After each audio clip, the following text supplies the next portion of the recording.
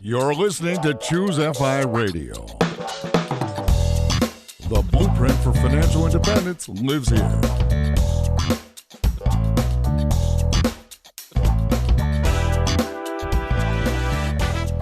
If you're looking to unlock the secrets to financial independence and early retirement, you're in the right place.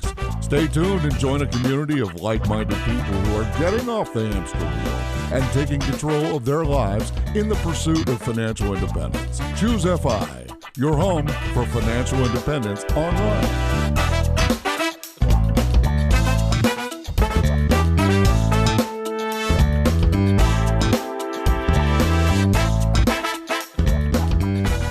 Hey everyone, today we're going to be looking at the secondhand market, and we are talking with probably one of the world's foremost experts, and they built a niche, a living for themselves, a business for themselves in a space that you just don't hear everyone talking about, and they've built a skill set which now they are teaching others, and it has afforded them an amazing lifestyle, and for their students, an amazing lifestyle as well. And we are getting the opportunity to speak with Rob and Melissa Stephenson, the Flea Market Flippers. They built a six-figure business learning how to use arbitrage, not at FBA, not just going to Walmart and trying to scan to see what the difference was on Amazon, but actually finding items that other people didn't realize there was value there, and then scaling that to an unbelievable level. Today, they're coming on the show. They're going to share with us kind of the tactics, the secrets, the skill they built, and now what they're teaching others. So to help me with this, I have my co-host Brad here with me today. How you doing, buddy? Hey, Jonathan, I am doing quite well. And yeah, you're right. When I first heard fleamarketflipper.com, I was just super excited to learn more about what they're doing. Because to your point,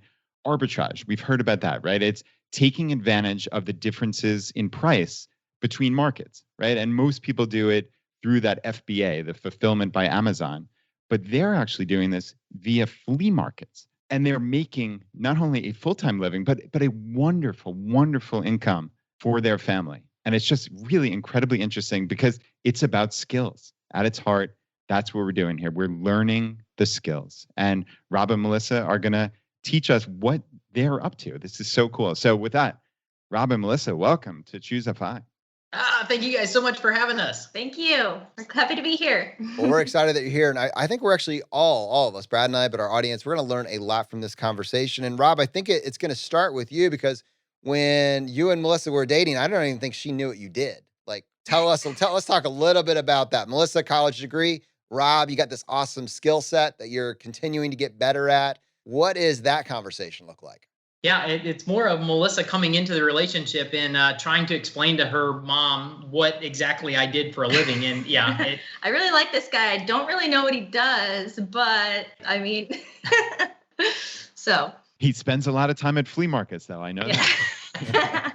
So the flea market flipper, I love the branding. I can't remember the last time I actually went to a flea market. Brad, do we have flea markets here in Richmond? Are they here? I don't think so. I've never seen one. I suspect there are, but I've never seen one. I know there were back in Long Island where I'm from originally, but yeah, I don't know about Richmond. All right. Well, we can start there, but actually I want everybody to hear the skill set that we're talking today is how to identify and capitalize on arbitrage, how to buy low and sell high for significant profit. But we're going to talk about it first through the lens of flea market flipper. Rob, how did you stumble onto this, and where do you even begin? Are you an 8-year-old kid going with your parents and just notice something? Like, just talk us a little bit through what that looked like for you. Yeah, for sure. I come from a bigger family. I have 6 older sisters. I'm the youngest and only boy. My parents went to yard sales growing up. They took us to yard sales over the weekends, and we'd find cool stuff. My parents did this to a smaller scale the whole time I was growing up. They would buy commercial stuff from yard sales, and then they bring it home and sell it in the classified section. Taking it from a smaller market, you're only reaching so many people at a yard sale through a weekend, and then you bring it back and throw it into a larger audience, the classified section, that gets a larger audience that they're able to sell stuff to. So I was modeled it as a kid, and I did it.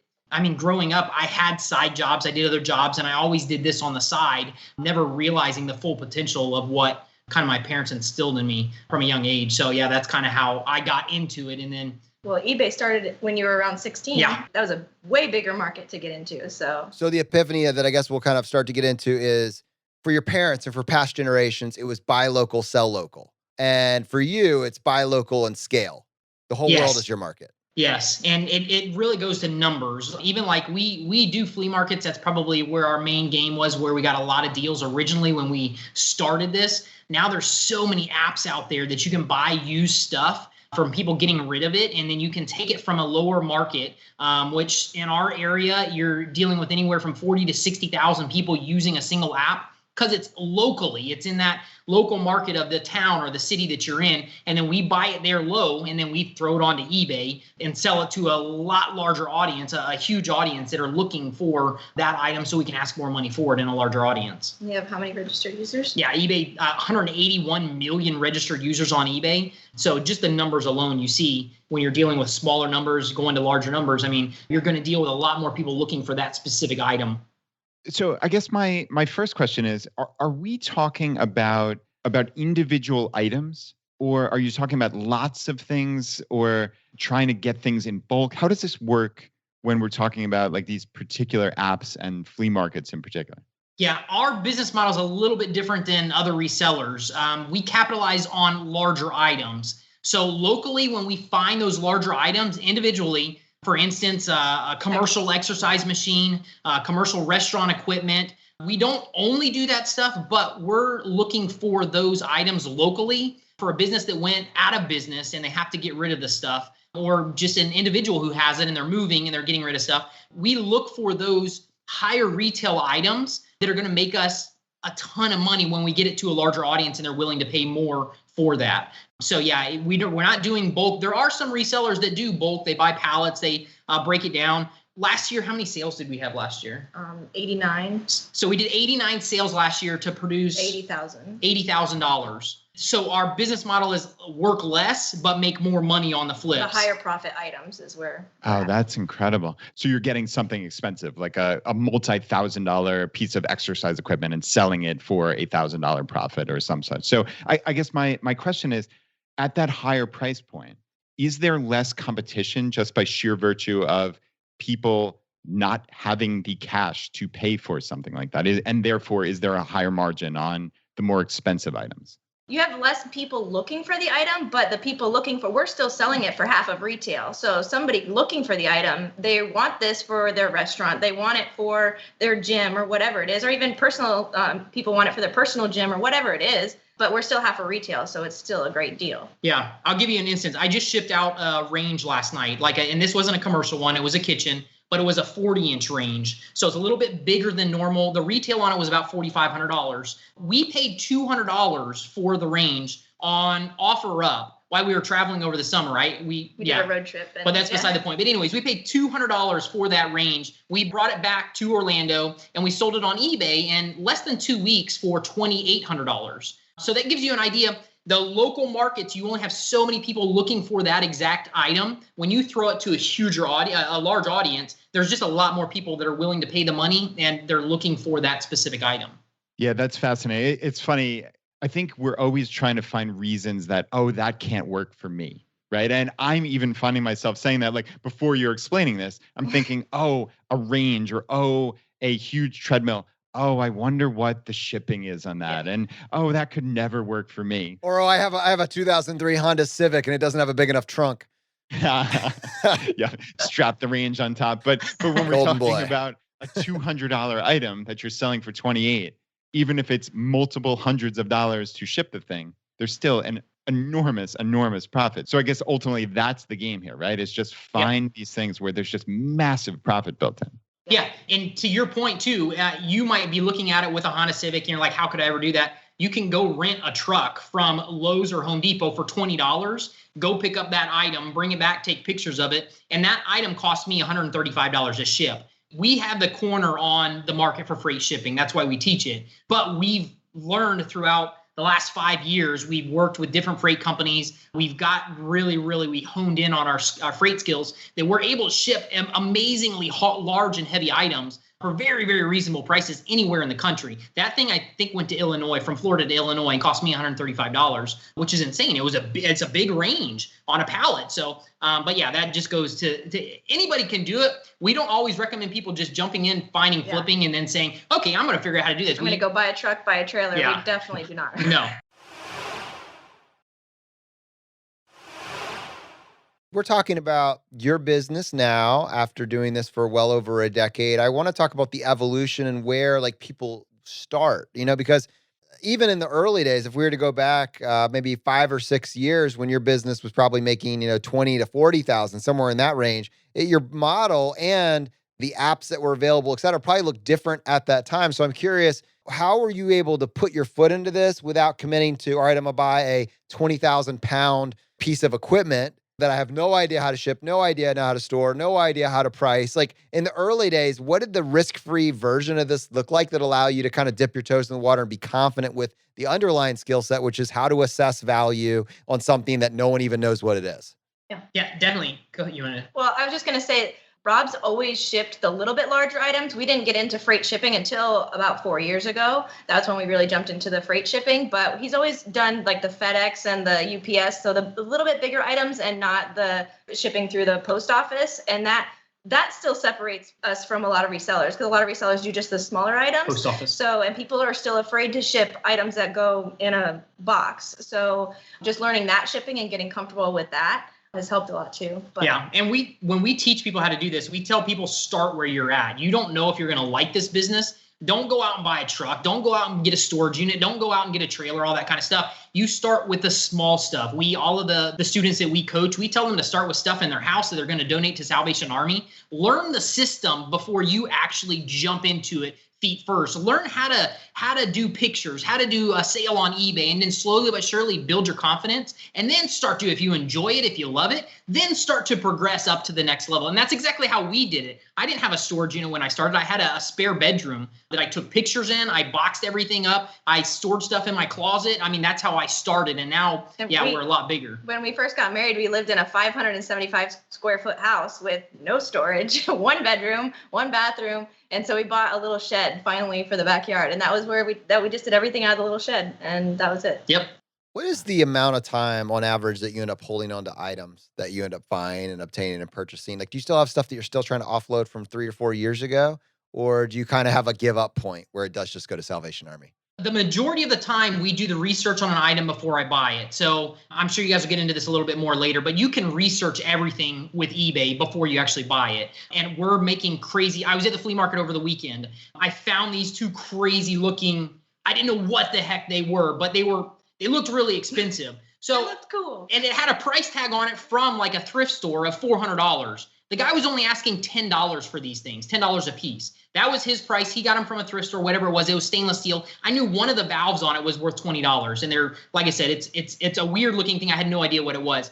I walked away, did some research, saw that the retail on these items were over $1,500. I don't know where the guy got them from. I have no idea, but he was just trying to liquidate them. So I paid him $10 a piece for them. I brought them home, took some pictures of them, and listed them on eBay for $1,000 a piece. So for a $20 investment, we should be able to make $2,000 on it. Now, getting back to your original question, that stove that we sold, we had it for 2 weeks. We do have some stuff where the profit is so much higher that we'll sit on some stuff for a while just because I want to get the profit out of it. And I know we're usually 50% on retail for an item. So I know that people are getting a good deal, but it takes the right person to see that item and need it before they'll buy it. So yes, we do hold on to some things for a while and some things we don't. They sell in a week or two, and it just depends on what we get, but we do all the research before we actually buy an item.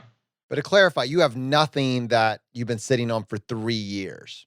He does. Yeah, I probably do, but the profits are there. Okay, no, that's fine. So you're saying there's a $20,000, $30,000 profit here. I'm going to keep figuring out what it needs to find the right buyer.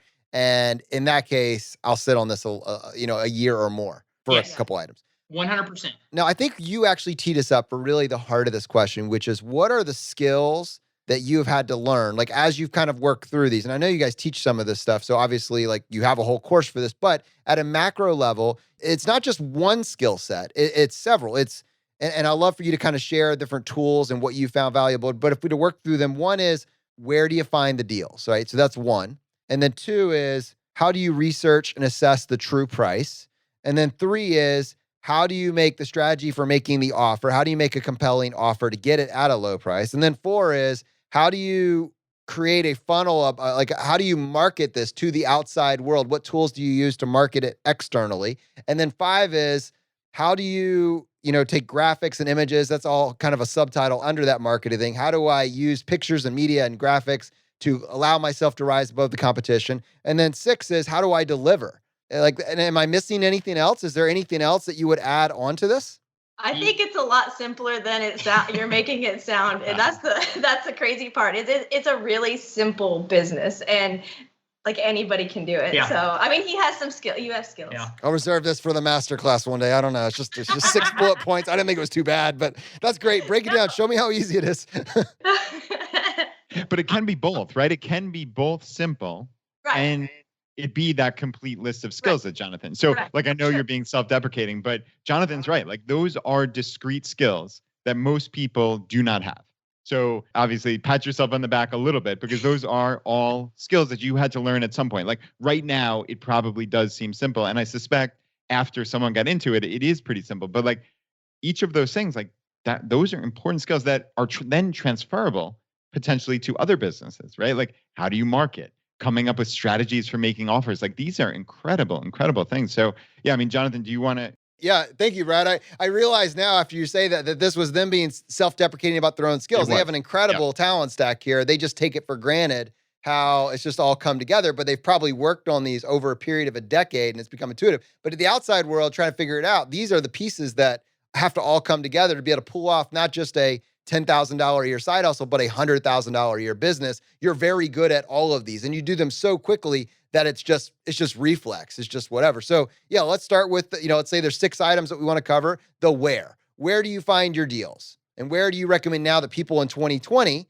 and the world's changing very, very quick, where should they be spending their times? Is this going to Walmart and looking for, the clearance items?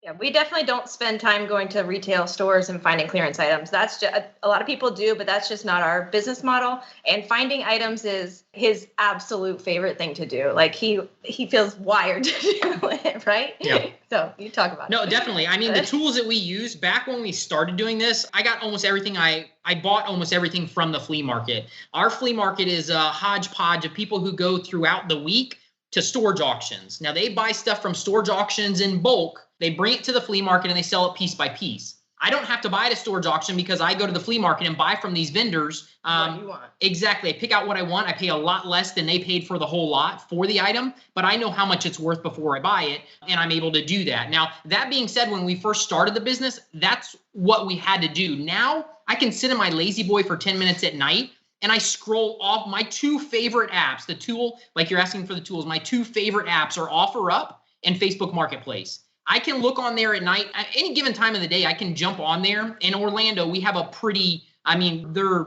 posting tons and tons of stuff every single day. I can jump on both of those apps at any time and find an item that I can buy or offer somebody some less money for that item to where I can make a good profit on it. And you can do that almost any time in larger cities because people are liquidating. People are getting rid of stuff. They need to make money, and that's where they're doing it. So those are 2 tools that you can sit in your house and you can source from your lazy boy chair, and then you have to go out and buy it or get the people. We have people in our course that get individuals to bring it to their house and deliver it to them to where they can take pictures of it and then resell it. So yeah, there's just many, many ways, but that is your first question. The tools that we use are OfferUp. I mean, there's tons of them out there. OfferUp, Let Go. Craigslist is one of the oldest. When we're traveling, I jump on Craigslist and look for items for sale. Let Go, OfferUp, Facebook Marketplace, any resale app. There's yard sale apps as well. You can look for those. Yeah, so any of those are the best tool to be able to source your items from. And you're still looking local. So that's within an hour of your home. Is that accurate?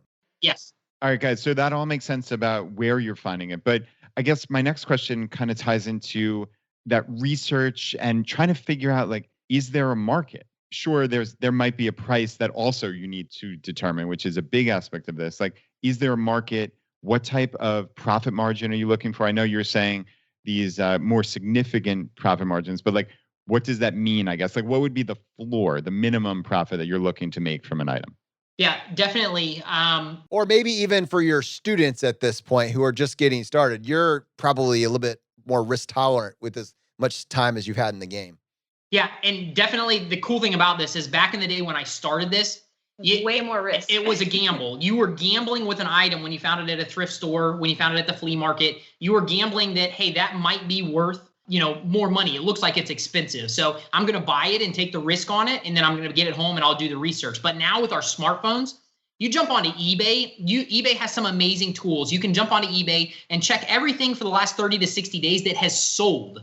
So you can not what it's listed for, what it's sold for. Exactly. That's huge, right? Because you're determining, is there actually demand? Not just, are there a lot of these for sale at X price? Like, have these actually sold? Is there demand? Yes. And that's the cool part. I mean, it's similar to MLS. It's similar to the housing market. You can ask whatever you want for a house, but until the houses that are comparable have sold for that, that's your market. I mean, that's where you're going to be able to get the money. Now, we do the same thing. I go on and find, and if I can't always find, because we like doing odd stuff that has a high markup on it, but the people don't know how to sell it. While we were away, this quick side note, while we were away on our trip over the summer, we did a long trip. I found a bus wash, which is insane, but I found it in a local town that was listed on Facebook Marketplace. We paid $500 for that, and I have it listed right now for $15,000 on eBay. The retail on it is $24,000, and it only has 3 hours on it. So it's like brand spanking new. But those are the kind of deals that we're looking for. But I couldn't find that bus wash. Well, I found one that was similar on eBay that had sold for $10,000, but in a lot worse condition. But then I went and I found the retail online. You go on to Google and you do that research. If you can't find it in eBay, you try to find out what retail is, and then a good rule of thumb. Rule of thumb is 50%, depending on condition. Remember, condition's everything. If it's in good condition, 50% off a retail is typically what you can get for an item, when you're reselling it. So that's how you price it. But I'm just curious, you have this rough idea, but the market's going to tell you whether you got it right or wrong. What's your strategy for making sure you don't screw that up? Like, for instance, hey, I'm going to do an auction. I hope someone pays more than $5 for it. Maybe if I start low, it'll, work. Walk us through the actual pricing strategy. And then if you do price it wrong, how you recover from that. Yeah, we don't really do a lot of auctions anymore. We used to do a lot more, and we'd start them on a Thursday night, run them 10 days till they go out for 2 weekends, and then they go out on a Sunday when everybody's kind of home at their computer. But we do very few auctions now. So everything's buy it now. So it doesn't matter when you list it, we list it for the price that we want, but we're willing to go a little bit less usually. Yeah. So we'll we don't accept offers, but sometimes he'll get an offer. Yeah. So. And eBay's trying to get as close. I mean, people who don't know the arena, eBay's trying to get as close as they can to Amazon. When somebody wants something, they jump on Amazon, you buy it, you pay for it, it shows up at your door in the next couple of days. So auctions don't let you do that. So buy it now is a little bit more favorable now. Using the steps of, hey, this is what it has sold for in the past. You can see what the item has sold for in the past. Multiple times, you have a pretty good idea on pricing. If you want to sell the item quick, you price it a little bit below of whatever it has sold for in the past. And the next person who sees that item and needs it, they're going to jump right onto it. They'll buy it. And that's the best way to price your items. If you have great feedback, also comes into a huge play. You have to build up your feedback so people can understand that you're a legit seller, that you have good feedback on items that. For us, we have items that we've sold for up to $25,000 that we get good feedback on. And that's not every day, but the majority of our items, anywhere from $500 to, $7,000, $10,000. And we get good feedback on those items. So when the next person sees something they want from us, they can go and look at our feedback and they can see, hey, yeah, this is legit. This guy's legit. He's not a scammer. So I'm going to buy from him. Yeah, that's cool. And I guess the next thing on Jonathan's list here was how to market this. So it sounds like eBay is your preferred option. I guess, are there others that you consider for certain items, or is it eBay exclusively? And I guess kind of tied into that would be, what type of fees does eBay take? Like, are they competitive? Is it, I assume that's probably one of, if not your biggest costs based on what you're saying you source a lot of these items for. So is it exclusively eBay? And talk about the fees if you don't mind. Yeah, we sell about 85% of our items on eBay, and the rest pretty much through Facebook Marketplace, so locally. We usually cross-post them. We've tried to sell a little bit on Mercari here and there and a couple other apps, but eBay is always the winner. So, and it has stayed consistent. And we want to, still know the new up-and-coming apps, but it's still always been eBay reaching the most people. And I guess people maybe trust it more for some certain items if we're selling the higher dollar items. But yeah, the fees are totally worth it for the reach that we get. So I don't know Yeah, if you and want to eBay elaborate fees. on Well, that. eBay fees, they're just now changing. They switched out. If you guys have known eBay, they've partnered with PayPal. They're phasing PayPal out by the end of this year, and they're doing their own processing fee, or their processing. So it's called eBay Managed Payments. Managed payments. So they're switching over to that. We actually just switched over to it 2 weeks ago, and yeah, their fees are roughly, when it was PayPal, you paid 13%. PayPal charged you roughly 3% for the transaction, for the processing fee, and then eBay always got their 10% on top of it. So, but when you look at the amount of money that you can make on eBay, that 13%, the markup that you can ask to a larger audience, it's well worth it to pay that type of fee to be able to sell it to that larger audience. Well, and, to Brad's point, you got the fees there, but actually the marketing to my mind comes to, it's three things. It's graphics, so pictures. It's actually your presentation, how you're organizing things, and it's your copy. And I'm just curious, you have an item that you don't even know what it is until after research. Is it you're going to the retail site and grabbing some of that copy and pulling it over? Are you really good at copy? Is there an art form here that's blending the two? Is there a process that makes that faster? I mean, is that some of the secret sauce, is our ability to present better than all the other listings where they just mailed it in?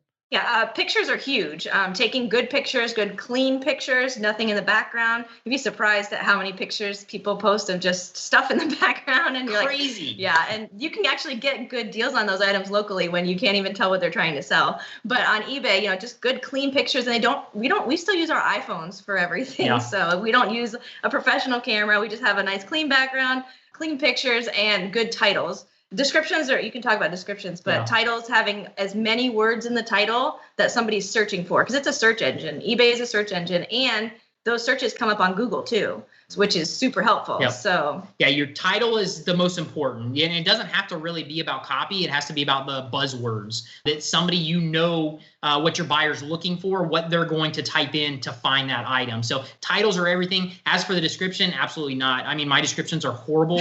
I give 3 or 4 sentences about the item. We always give disclosure since we sell used stuff. Almost every item that I sell, I'll say this item's used. Please expect normal wear, scratches, scuffs, scrapes. I want to under promise and over deliver on my item. So I want people to have realistic expectations when they get the item. That's the other thing that you have to remember when you're selling online, not in person. They're only going by your pictures. So if they're thinking that thing, and pictures can always look way better than what it does in person. So if they're thinking that thing is in amazing condition and they get it and it's not, yeah, you're going to get negative feedback and you're going to have some problems with the buyer. So that's something that I learned years and years ago. The hard way. Yeah, by over promising and under delivering. We've learned not to do that anymore, so we're always doing that. But as for copy, no, it doesn't have to be crazy. People can see the pictures. eBay allows you 12 pictures. We tell people use all those 12 pictures so people can have a good idea of what they're buying. Do you find that on a lot of these higher price items, like do people reach out to you and send you a message via eBay, or is it just, hey, they've got 12 pictures, the proof is in the pudding, they can see it and they just buy? Yeah, that's cool.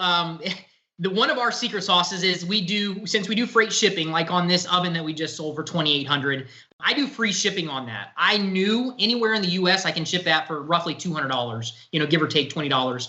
So I knew that was it. So I built in my shipping into the price to where if somebody, and I think just about myself, if I'm jumping on there and I find an item that I want, I don't really want to email the buyer and start going back and forth with the buyer trying to figure out, okay, is this going to be right for me? Is it this and that? And the guy that bought the oven, he never emailed me once. I never got an email from him. And the transaction, he put my shipping address as commercial because that's what I require for the shipping. But that was the only the correspondence that we did back and forth was him buying it, leaving me one note, then I packaged it up and I shipped it. But you do have some people for some larger items to write in and ask questions. Yes. And that's normal. We just answer the questions and.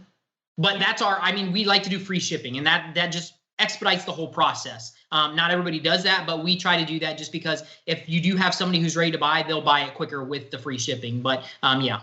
So guys, we have a lot of mutual acquaintances, and we actually got a chance to talk to you at FinCon in Orlando. And that's kind of this conversation is overdue, but it's a direct result of us being introduced there. And we knew we wanted to have this episode.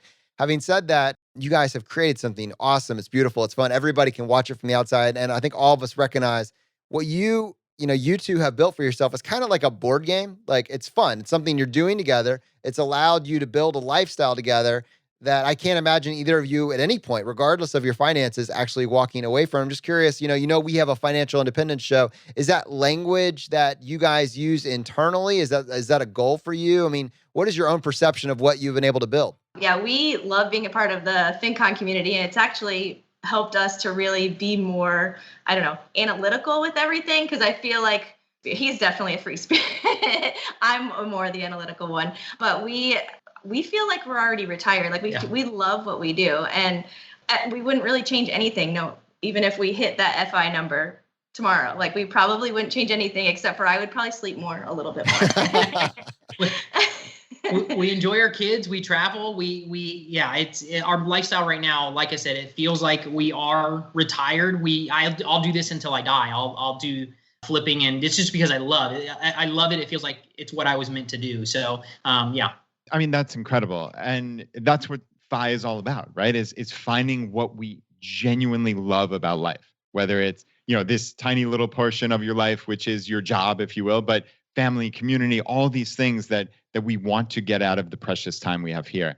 And I'm curious, so just actually talking about the time spent, let's say, I know you guys do teach other people this, but let's just talk about, I think you said, Melissa, like 89 items you sold last year or something right around there. How much time would that take up? Just in and of itself, you did nothing else. It's just, hey, we want to make about $80,000 in profit for a year. We're going to sell about 80 or 90 items. Like, do you have any estimate of what that would take in a given calendar year?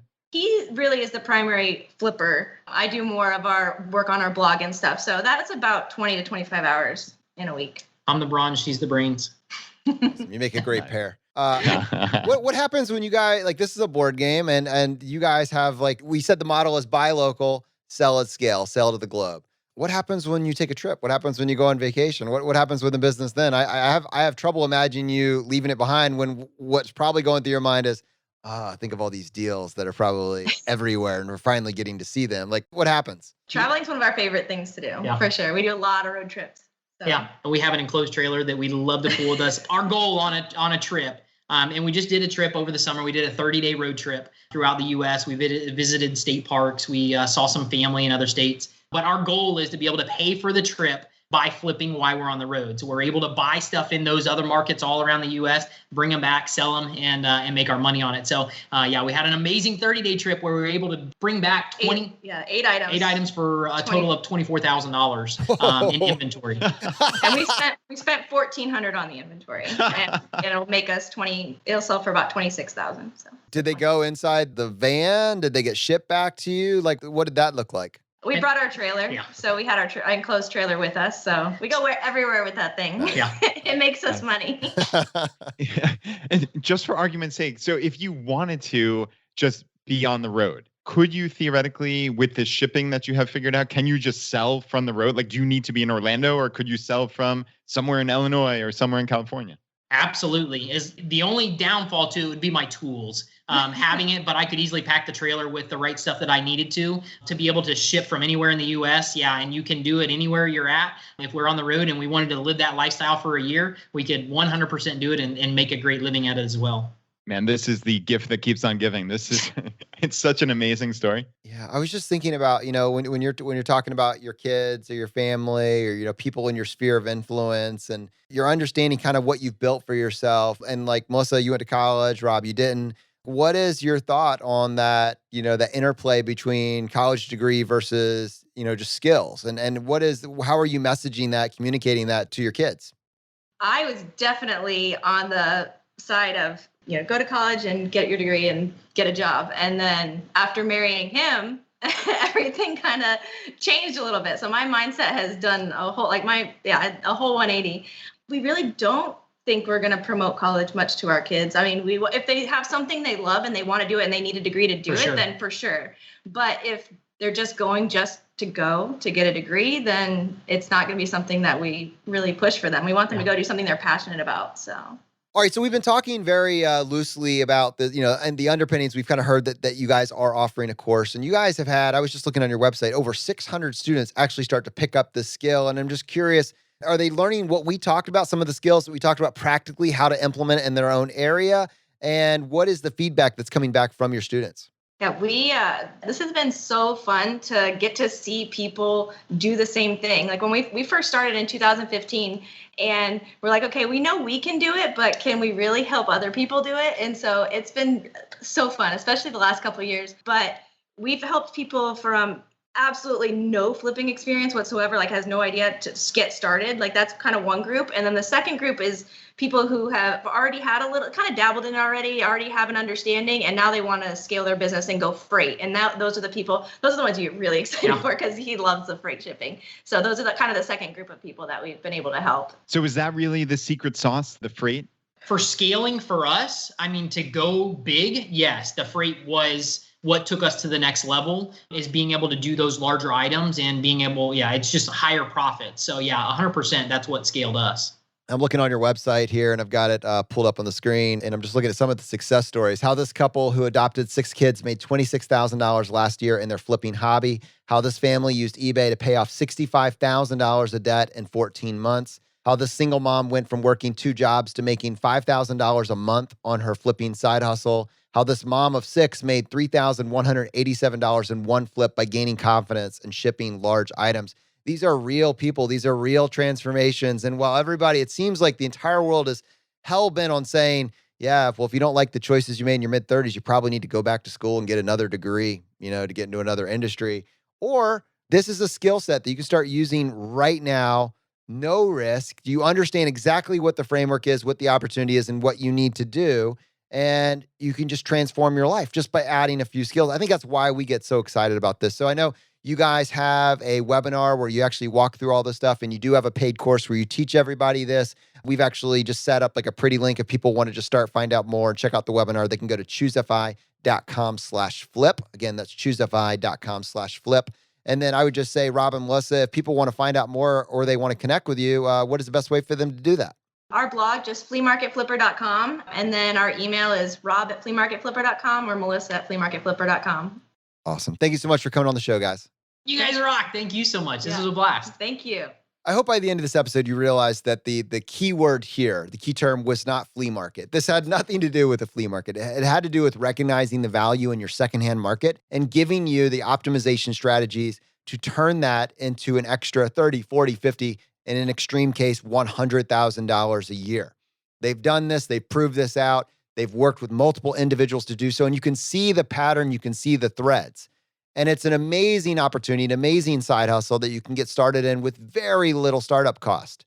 Something that you can do from your lazy boy and a smartphone. So for all those reasons and more, I have been over the moon to have this, this episode. It's been in the queue for a while. Glad we were able to share it with you guys. Hope that you will check it out.